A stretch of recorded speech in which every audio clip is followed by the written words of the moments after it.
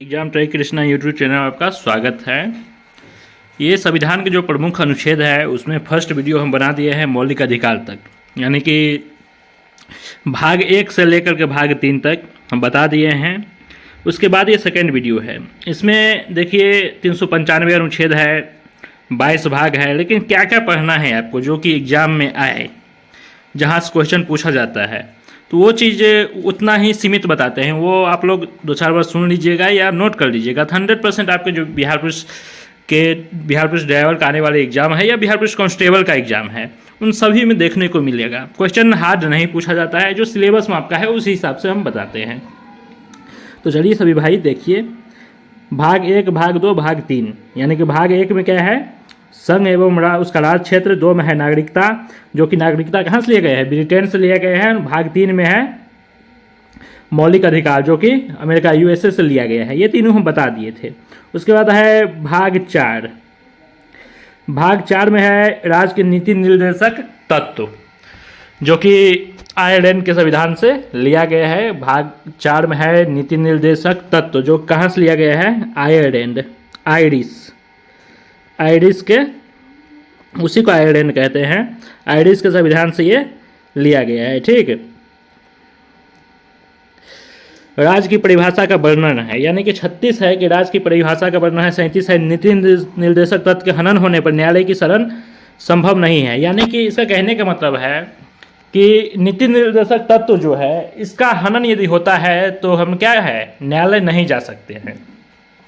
मौलिक अधिकार का हनन होने पे न्यायालय हम जाएंगे, लेकिन नीति निर्देशक तत्व का हनन होने पर हम न्यायालय नहीं जा सकते हैं। 37 नंबर अनुच्छेद बहुत ही इंपॉर्टेंट है, वो याद रखिएगा। उसके बाद है आपका 38 लोक कल्याणकारी राज्य एवं उनकी नीतियाँ, यानी कि लोक कल्याणकारी राज्य, उनकी नीतियाँ 38 में है। उसके बाद है, और ये जो नंबर दिया गया है, ये नंबर पे, ये दूसरा का नंबर है, ये इस पे आप लोग मैसेज कॉल मत कीजिएगा, ये मेरा नंबर नहीं है जिससे हम नोट्स यानी कि ये लिए हैं आपके लिए, इसको हम खरीदे हैं। आपको हम ये फ्री में टेलीग्राम का लिंक डिस्क्रिप्शन में डाल देंगे, वहाँ से आप लोग जुड़ जाएगा, आपको फ्री में ये सभी नोट्स मिल जाएगा। और जो हम बना रहे हैं वो तो आपको मिलेगा ही, वो बहुत ही उपयोगी होगा। ये सभी नोट्स, इसमें बहुत सारा चीज़ है जो कि आपको नहीं पढ़ना है, क्या क्या पढ़ना है वही हम बताएंगे। उसके बाद है आपका आर्टिकल, जो इम्पोर्टेंट आर्टिकल आपका है उसमें है 39 के क, यानी कि जिसमें देखिए ये क ख जुड़ा हुआ है, उसको किसी न किसी संविधान संशोधन के द्वारा जोड़ा गया है। उसको कैसे जोड़ा गया है, किसी न किसी संविधान संशोधन के द्वारा ही जोड़ा गया है। तो 39 अनुच्छेद आपके लिए इम्पोर्टेंट है। सामान्य न्याय, निःशुल्क विधि सहायता, समान कार्य के लिए समान वेतन। समान, या ऐसा ही पूछेगा क्वेश्चन, ये पूछता है कि समान कार्य के लिए समान वेतन किस आर्टिकल में है, तो ये 39 के क में है। कहाँ है, 39 के क में है, ये याद रखिएगा। 39 का क और 39 ख देखिए क्या है। 39 ख है कि सार्वजनिक धन का स्वामित्व एवं नियंत्रण इस प्रकार करना है ताकि सार्वजनिक हित हो सके। 39 का ख नहीं, 39 का क, समान कार्य के लिए समान वेतन, ये आपको क्या करना है, याद रखना है। समान कार्य के लिए समान वेतन, ये आपको याद रखना है। ठीक। उसके बाद है,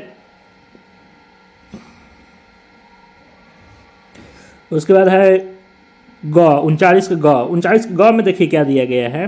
39 के ग में है आपका धन का समान वितरण, जो धन है उसका समान वितरण 39 के क्या है, ग में है। 40 में बहुत ही इंपॉर्टेंट है, आपके आने वाले एग्जाम में देखने को मिलेगा, एकदम इंपॉर्टेंट है। 40 में है आपका ग्राम पंचायत, एकदम है, इसको तो रटना ही है, या एक जगह लिख लीजिएगा या इसको रट लीजिए, एकदम 100% आपके एग्जाम में देखने को मिलेगा। ग्राम पंचायत का गठन किसमें है, 40, आर्टिकल 40 में है।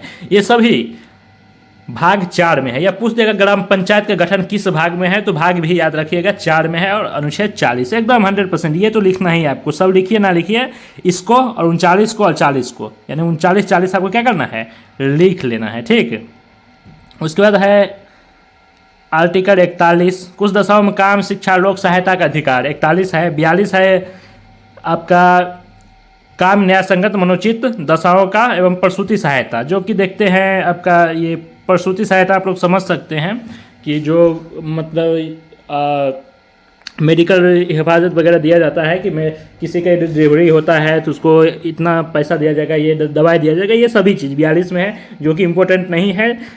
43 देखिए, 43 आपके लिए बहुत ही इंपॉर्टेंट है। कुटीर उद्योग यानी कि छोटा छोटा जो उद्योग होता है जैसे लेढ़ी पट्टी लगाना या हथकरघा उद्योग, ये सब कुटीर उद्योग में आ जाता है। 43 आपको याद रखना है, 43 एकदम 100% एग्जाम में पूछता है।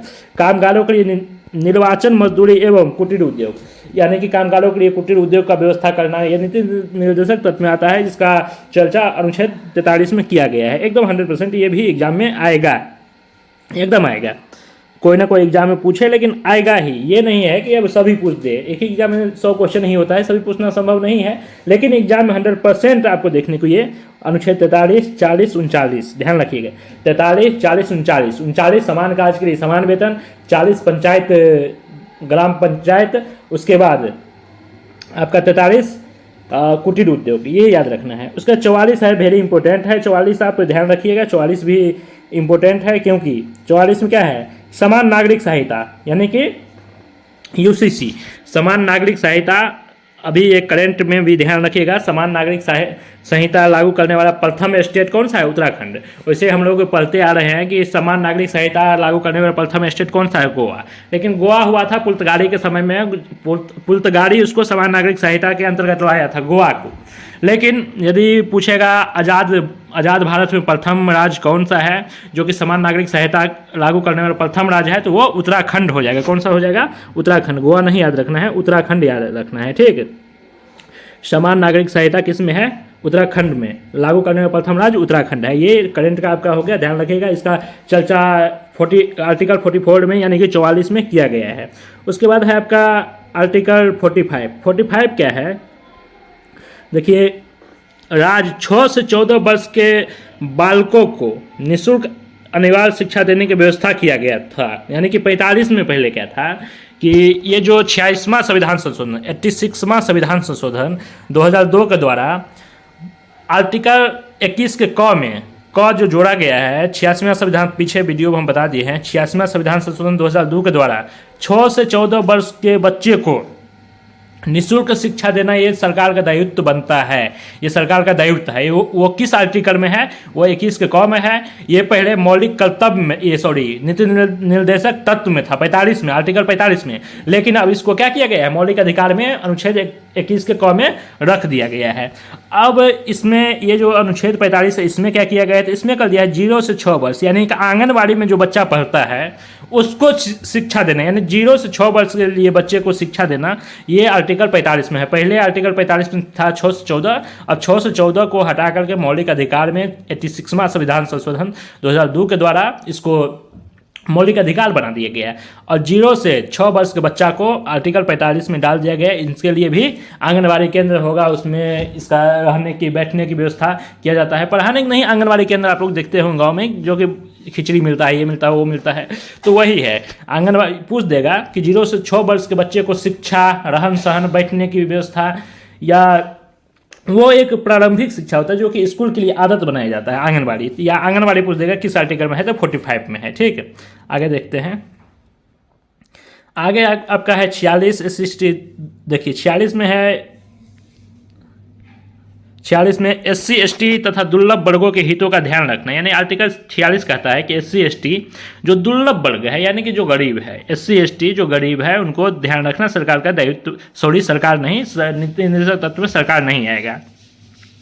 उसके बाद है कि अनुच्छेद 47, देखिए ये जो नीति निर्देशक तत्व है इसको लागू करना है, लेकिन आप इसके लिए हाई कोर्ट या सुप्रीम कोर्ट नहीं जा सकते हैं कि अब समान नागरिक संहिता लागू नहीं हो रहा है तो हम हाई कोर्ट जाएंगे, हमको 6 से 14 वर्ष के, सॉरी 0 से 6 वर्ष के बच्चा को आंगनबाड़ी में नहीं पढ़ाया जा रहा है तो इसके लिए हम हाई कोर्ट जाएंगे, इसे सुप्रीम कोर्ट जाएंगे। हाई कोर्ट सुप्रीम कोर्ट जो अनुच्छेद 12 से 35 तक में जो दिया गया है उसी के लिए हम जा सकते हैं। नीति निर्देशक तत्व जो है ये राज्य को लागू करने का एक विधि है कि राज्य लागू इसको कर सकता है। 47 है पोषाहार।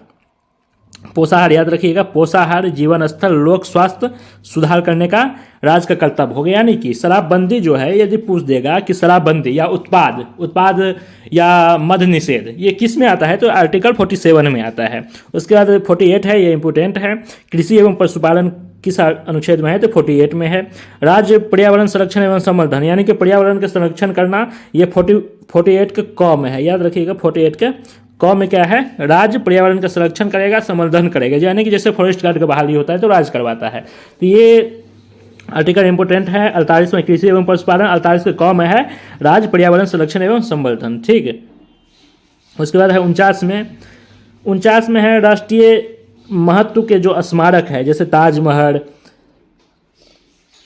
हो गया, ये सभी का संरक्षण करना। यानी कि 49 में है राष्ट्रीय महत्व के जो स्मारक स्थान है उसको संरक्षित करना, जैसे काजीरंगा राष्ट्रीय उद्यान या जो बायोस्फीयर रिजर्व घोषित है, जो यूनेस्को में डाला गया है, उस सभी को देखरेख करना आर्टिकल 49 में दिया गया है। उसके बाद है आर्टिकल 50, ये कार्यपालिका एवं न्यायपालिका, यानी कि 50-50 किस में है, कार्यपालिका और न्यायपालिका का पृथक्करण 50 आर्टिकल 50 में है। और आर्टिकल 51 में है आपका कि अंतर्राष्ट्रीय शांति एवं सुरक्षा अभिवृद्धि, यानी कि अंतर्राष्ट्रीय शांति सुरक्षा बनाना, ये किस में है, 51 में दिया गया, 51 के क में दिया गया है। ठीक है। उसके बाद देखते हैं हम लोग 51 में दिया गया है अंतर्राष्ट्रीय शांति और सुरक्षा, और भाग 4 के क में मौलिक कर्तव्य है। मौलिक कर्तव्य पहले संविधान में नहीं था। इसको 76वां संविधान संशोधन द्वारा 1942 में क्या किया, संविधान में जोड़ा गया है। मौलिक कर्तव्य पहले प्रारंभिक में पूछेगा मौलिक कर्तव्य कितना था, तो संविधान जब बना था उस समय मौलिक कर्तव्य नहीं था। मौलिक कर्तव्य को सरदार सोलंसी समिति के अनुशंसा पर 76वां संविधान संशोधन के तहत 1942 में मौलिक कर्तव्य को संविधान में जोड़ा गया। इसको भाग 4 के क में रखा गया। अनुच्छेद 51 के क, भाग 4 के क और 51 को इसमें रखा गया है। ये कहाँ से लिया गया है, मौलिक कर्तव्य रूस के संविधान से लिया गया है। कहाँ से लिया गया है, रूस के संविधान से मौलिक कर्तव्य को लिया गया है, या USSR भी देगा तो लगाना है। ठीक, ये अभी पूछेगा वर्तमान में मौलिक कर्तव्य कितना है, तो वर्तमान में मौलिक कर्तव्य कितना है, तो वर्तमान में मौलिक कर्तव्य 11 है। संविधान जिस समय लागू हुआ था उस समय मौलिक कर्तव्य नहीं था। इसको संविधान संशोधन करके 42वां संविधान संशोधन करके 1976 के द्वारा सरदार सोलंसी समिति की अनुशंसा पे जोड़ा गया है। ये भाग 4 के क एवं और अनुच्छेद 51 के क में इसको रखा गया है। ठीक है। उसके बाद आपका ये राष्ट्रपति संबंधी जो इम्पोर्टेंट अनुच्छेद है वो देख लेते हैं।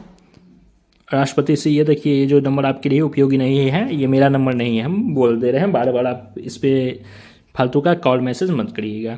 अनुच्छेद राष्ट्रपति व उपराष्ट्रपति से संबंधित जो अनुच्छेद है वो हम लोग देखते हैं कौन कौन सा अनुच्छेद इम्पोर्टेंट है। तो देखिए 52 में है कि भारत के राष्ट्रपति का प्रावधान। पूछ देगा कि भारत में एक राष्ट्रपति होगा, किस आर्टिकल में है, तो 52 में है। संघ की कार्यपालिका शक्ति राष्ट्रपति में निहित होगा, ये अनुच्छेद 53 में है, ये याद रखिएगा। संघ की कार्यपालिका शक्ति जो है, संघ की जो भी कार्यपालिका शक्ति है वो राष्ट्रपति में निहित है, ये अनुच्छेद 53 में है। ठीक है। उसके बाद है राष्ट्रपति का निर्वाचन 54 में है। ये आपको याद रखने योग्य तथ्य है कि राष्ट्रपति का निर्वाचन 54 में है।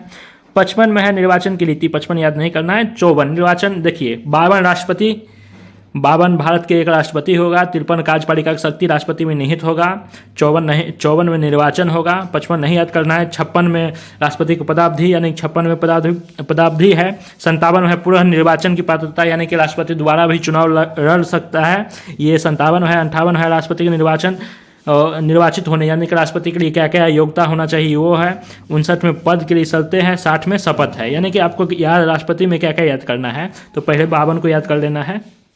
52 को भारत में एक राष्ट्रपति होगा। उसके बाद 53 संघ की कार्यपालिका शक्ति राष्ट्रपति में निहित होगा। उसके बाद 54 राष्ट्रपति का निर्वाचन। उसके बाद आपको याद करना है सीधे 60 राष्ट्रपति द्वारा शपथ, यानी राष्ट्रपति का जो शपथ है 60 में है। और 61 याद करना है, राष्ट्रपति पर महाभियोग चलाया जाता है, वो 61 याद करना है। ठीक। उसके बाद 62 है राष्ट्रपति के पद रिक्ति यदि होता है तो भरने के लिए निर्वाचक मंडल समय और आकस्मिक रिक्ति को भरने हेतु निर्वाचक की व्यवस्था पदावधि। 62 भी आपके लिए इम्पोर्टेंट नहीं है, यानी कि 61, 52, 53, 54, 60, 61, ये इंपॉर्टेंट है आपके लिए, ठीक है, जो कि एग्जाम में पूछने वाला क्वेश्चन है, यहाँ से क्वेश्चन आ सकता है। और फालतू क्या पढ़ना है।